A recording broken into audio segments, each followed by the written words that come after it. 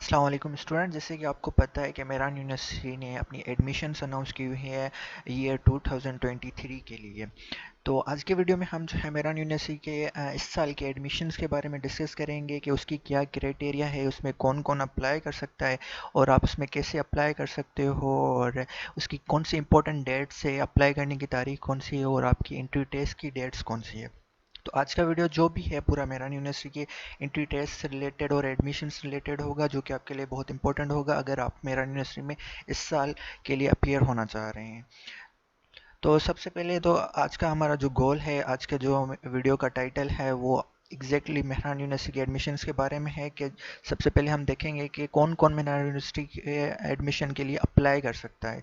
पहले eligibility criteria देखेंगे कि हमारे लिए इंटर की मार्क्स मार्क्स फर्स्ट ईयर की मार्क्स और जो रिक्वायर्ड डॉक्यूमेंट है अप्लाई करने के लिए वो कौन से हैं। उसके बाद देखेंगे इंपॉर्टेंट डेडलाइंस, देखेंगे कि फॉर्म की डेट कौन सी है और उसके बाद एंट्री टेस्ट की डेट कौन सी है। उसके बाद डिफरेंट प्रोग्राम्स एंड डिपार्टमेंट देखेंगे जिसमें मेरा यूनिवर्सिटी एडमिशन्स ऑफर करती है।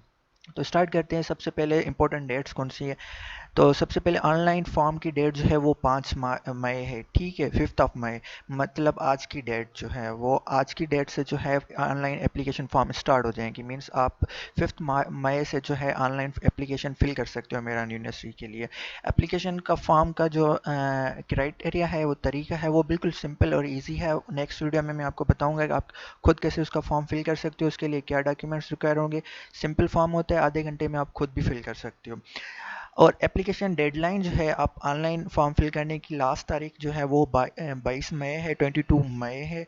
आप 22 मई तक जो है अपनी एप्लीकेशन फिल कर सकते हो। आपकी जो first computer based entry test होती है वो 3 जून को होगी इस साल। आपकी जो टेस्ट एंट्री टेस्ट होती है वो कंप्यूटर बेस्ड होती है, वो आपकी 3 जून में होती है। और आपकी सेशन वाइज होती है। मींस आपकी पूरी वीक्स जो है ना वो एंट्री टेस्ट कंटिन्यू होती है। वो आपको जो है अपनी डेट के हिसाब से आपकी एंट्री टेस्ट की डेट आती है।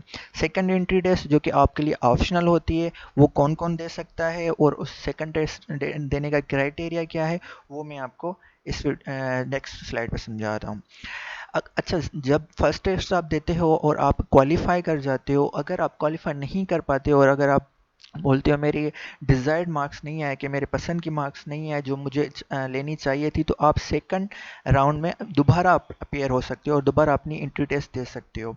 अब आप जो फेल हो गए हो, अब दोबारा आप टेस्ट दोगे। अगर आप पास हो गए या अब फर्स्ट टाइम आपकी कम मार्क्स आई है, सेकंड टाइम में अगर टेस्ट दे रहे हो और आपकी अच्छी मार्क्स आई है, तो आपके जो बेस स्कोर होता है वो काउंट होता है। मीन्स आप जो दो टेस्ट दे रहे हो, आपका जिस टेस्ट में भी आपका मैक्सिमम स्कोर होता है वो काउंट होता है। अगर आप फर्स्ट टेस्ट में दे रहे हो और आपका मैक्सिमम स्कोर फर्स्ट में आ रहा है और सेकंड अटैम्प्ट दे रहे हो उसमें कम आ रहा है, तो जो मेहरान यूनिवर्सिटी है वो आपकी फर्स्ट टेस्ट कंसीडर करेगी। मीन्स जिसमें आपका ज़्यादा मार्क्स आते हैं, ज़्यादा स्कोर आता है, वो टेस्ट होता है। तो ये बड़ा एडवांटेज है आपको। अगर आप फर्स्ट टेस्ट में आपकी मार्क्स अच्छी नहीं आ रही तो सेकंड में आप अटेम्प्ट दे सकते हो। उसके अलावा एलिजिबिलिटी क्राइटेरिया के कौन कौन अप्लाई कर सकता है। तो इस साल आप जो है मेहरान यूनिवर्सिटी में फर्स्ट ईयर की रिजल्ट के बेसिस पे आप अप्लाई कर सकते हो।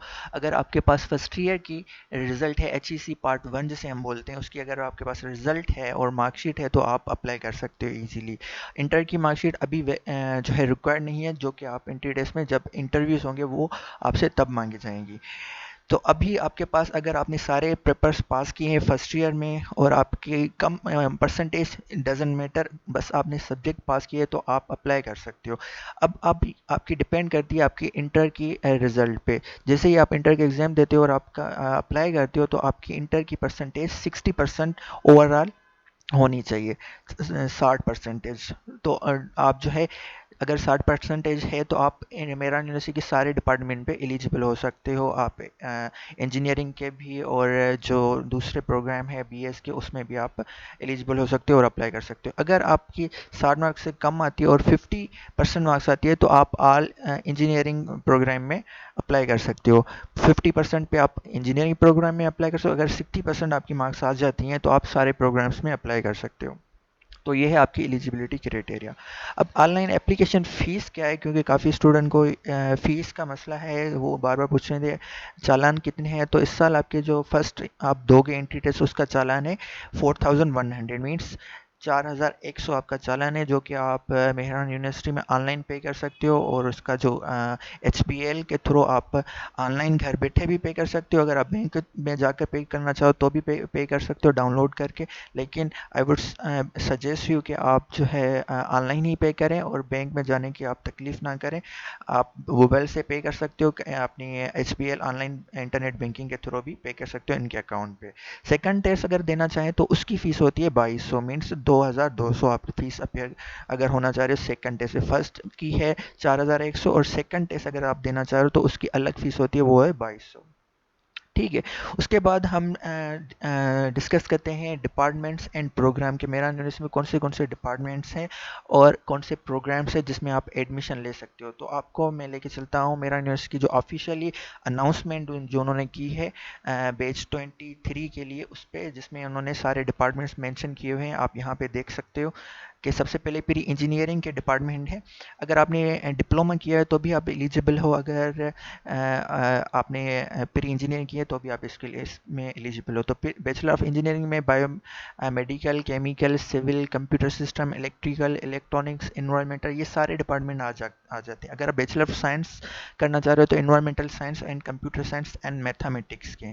बैचलर ऑफ आर्किटेक्चर होता है business administration, city and regional planning and bachelor of studies in English. ये जो है प्री इंजीनियरिंग से रिलेटेड प्रोग्राम है और ये मॉर्निंग का सेशन है। आप ऊपर यहाँ पे देख सकते हो, ये मॉर्निंग का सेशन है। उसके बाद अगर आप प्री मेडिकल के हो आप तो आप बायोमेडिकल में अप्लाई कर सकते हो, बिजनेस ऑफ एडमिनिस्ट्रेशन में अप्लाई कर सकते हो। उसके बाद bachelor of science environmental science and computer science, उसके अलावा bachelor of studies in English में अप्लाई कर सकते हो। जनरल साइंस के अगर ग्रुप के हैं, मीन्स आपने इंटर में कंप्यूटर पढ़ा है, तो आप कौन से डिपार्टमेंट में अप्लाई कर सकते हो। तो आप कंप्यूटर सिस्टम में अप्लाई कर सकते हो, इलेक्ट्रॉनिक्स इंजीनियरिंग में अप्लाई कर सकते हो, software engineering and telecommunication engineering में अप्लाई कर सकते हो। उसके साथ साथ आप अगर जनरल साइंस के हैं तो computer science and mathematics, bachelor of architecture, business administration, city and regional planning and bachelor of studies in English. आप ये सारी जो है यहाँ पे देख सकते हो डिपार्टमेंट और अपने डिज़ायर्ड और आपके जो पसंद है उसमें आप अप्लाई कर सकते हो। उसके बाद जो है ग्रुप ऑफ ह्यूमैनिटीज़ और अदर ग्रुप के हैं जो वो अप्लाई कर सकते हैं।